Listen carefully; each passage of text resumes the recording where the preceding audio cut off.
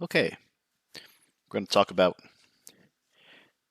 2 and 3 force members. To begin with, let's discuss 2 force members. And just like title sounds, these are members that can be represented with 2 forces. Say 2 forces applied, one at each end. So suppose we have like a boomerang shaped doohickey here. It doesn't really matter what it's shaped like. So B and A, and we have, say, a BY reaction here, a BX reaction here, an AY, and an AX. So initially, this looks as though it is not solvable by us because we have more than 3 unknowns in this planar situation. But we can kind of look at this a little bit, and I need to put, and we can make note that if we were to sum forces, say, in the x direction, set them equal to 0, we see here that we get, looks like a minus ax actually, plus a bx. So bx equals ax. And if we were to sum forces in the y direction, we get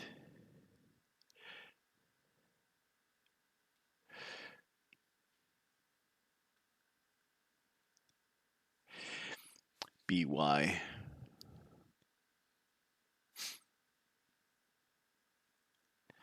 minus ay equals 0, or essentially the same thing. We just have a and by drawn incorrectly. Let's draw ay this way maybe.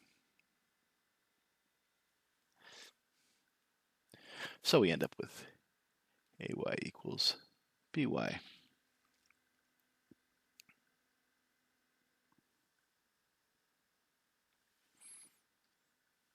Well, if these components are all equal, that means that the forces that these components make up are equal. So I could represent this with a force, say, in this direction. Let's get ourselves an arrow here. It's not lagging.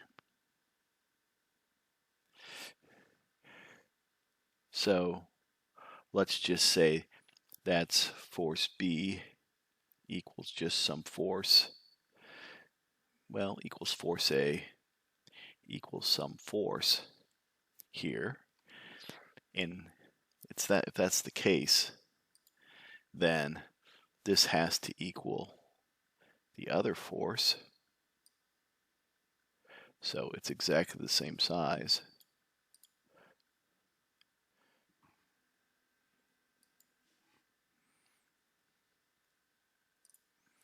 But the opposite direction to cancel each other out so that there's no motion, right?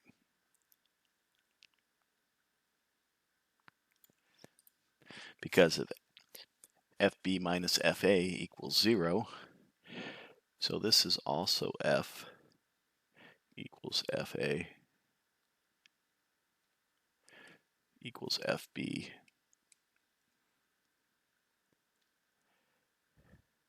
a little smaller here.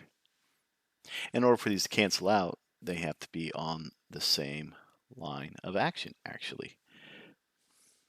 So we can recognize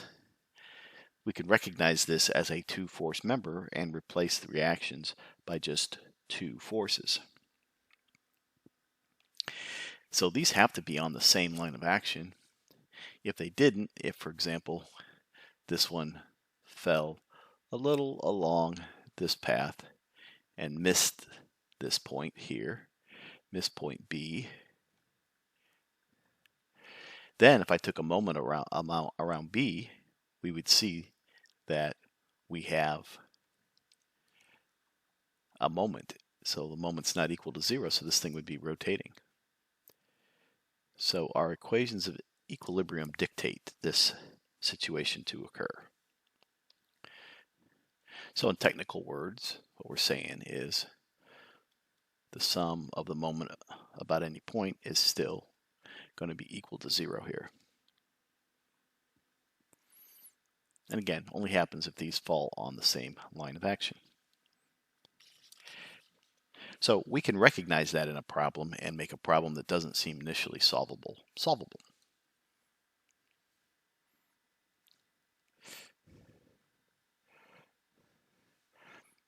Okay. 3 force members.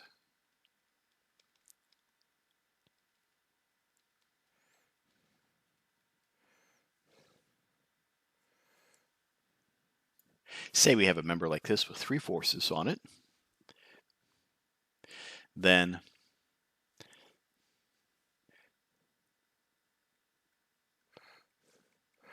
moment equilibrium,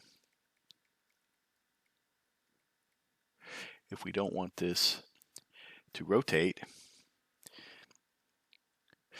is only satisfied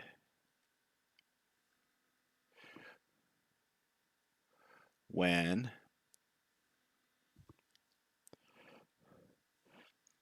two possible ways it's satisfied when 3 forces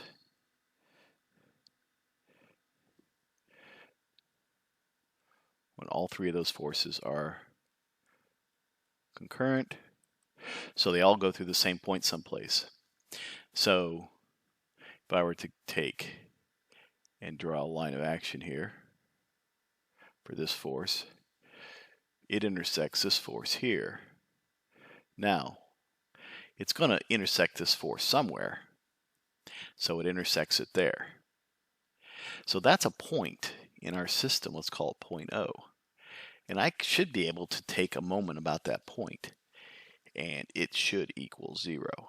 Well, in order for that to happen, this guy over here, his force can't miss this point because it has a moment. Then you can see there's a moment arm here between here. So it would create a moment. So it can't go above it, it can't go below it. It also has to go, its force of action has to be directly along a line of action that intersects at that point. So it's concurrent. We can then maybe modify this force just a tad to make that case happen.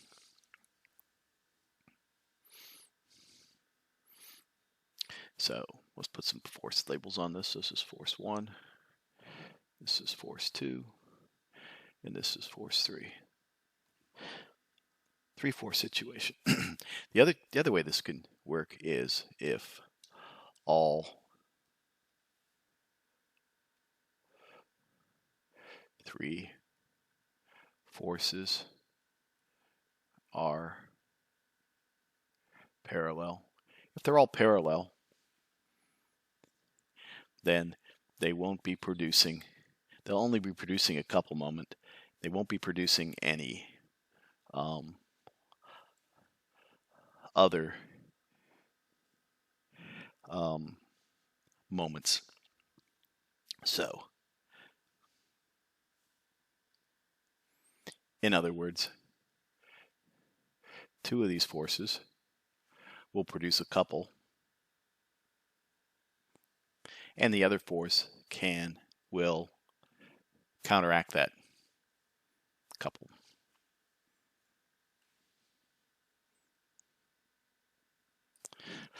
So those are the 2 cases. Let's do an example. Okay, let's say we have this. We want to determine the reaction at A. So the first thing I'm going to do is sketch out a free body diagram. Okay, I sketched this out. We can just look over here for the dimensions. But when I look at this, I see that, yeah, we have 4 unknowns here, and that's going to be too many for us to figure out. So what can we do? Well, one of the first things we can do is we can recognize that this angle over here is a 2-force member.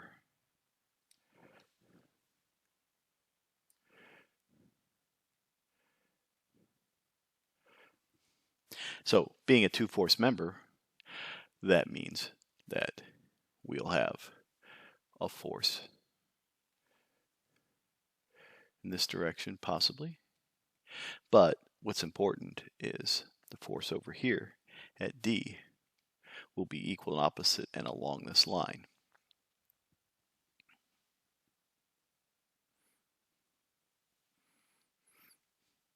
And due to the symmetry of this shape, we see that this must be 45 degrees. Well, that means I can replace this with a force here. That's opposite that force and along the same line of action. So that means this force is also going to be at 45 degrees here. Okay, so take a sit back and look. Well, this heads up here in this direction. We see that at O, we cross with this force. That means now, so this problem actually combines all the things we talked about just prior. We can replace these components down here with the resultant force. And this force has to go through that line of action, that point, because otherwise we will have a net moment on this, and that can't be. So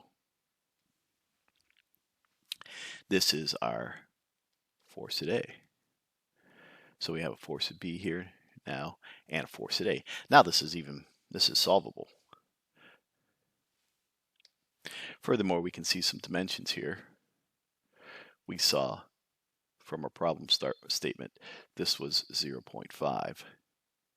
So if this is a triangle with 45 degrees in here, 45 degrees here, that means this distance here, although it's not drawn to scale, must also be 0.5. So these two have to be 0.5, which means this was 0.1. That means the distance to that point there is 0.4 from in the horizontal direction. So if we're trying to figure out a reaction at A, we can figure out what the direction is here because we know the geometric values of this triangle, 0.4, 0.5, plus 0.2 is 0.7. So with all the angles figured out, we can easily sum forces in the X now. Will give us this relationship. And then we can sum forces in the Y. For this relationship, we solve these simultaneously, and we end up with these values at these angles.